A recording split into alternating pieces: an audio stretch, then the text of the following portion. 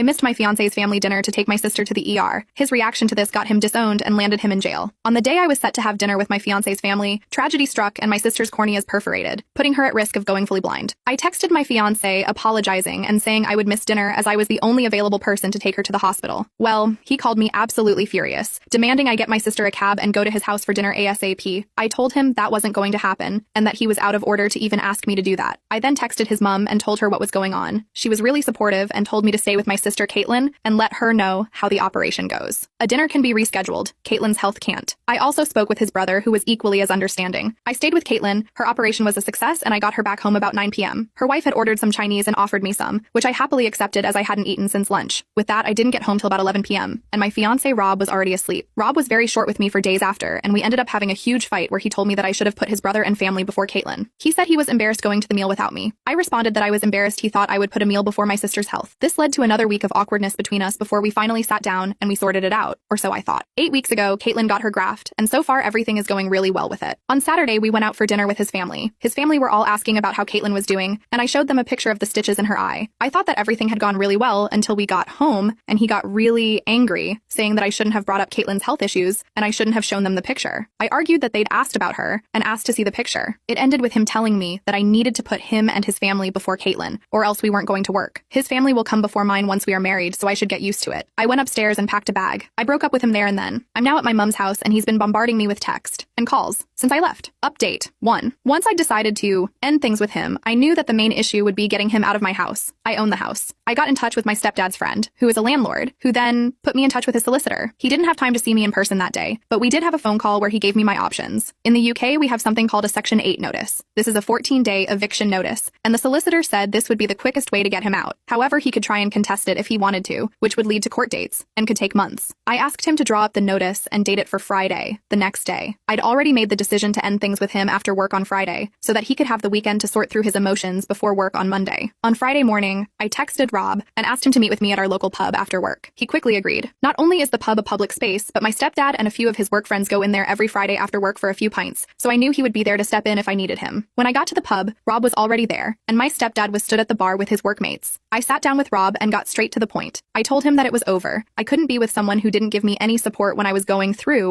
one of the scariest moments of my life and expected me to drop my family for his. It didn't matter what excuses he could come up with. I wasn't interested. I'd made up my mind, and we were done. He stared at me in shock for what felt like an hour, but was probably only a minute or so. He then started saying I couldn't be serious. We'd been together for 7 years, and I was throwing it all away. I could never find another guy like him. I responded to the last comment with, I don't want a guy like you, that's why I'm ending it. I need someone who will support me when times get tough, not get annoyed that the world isn't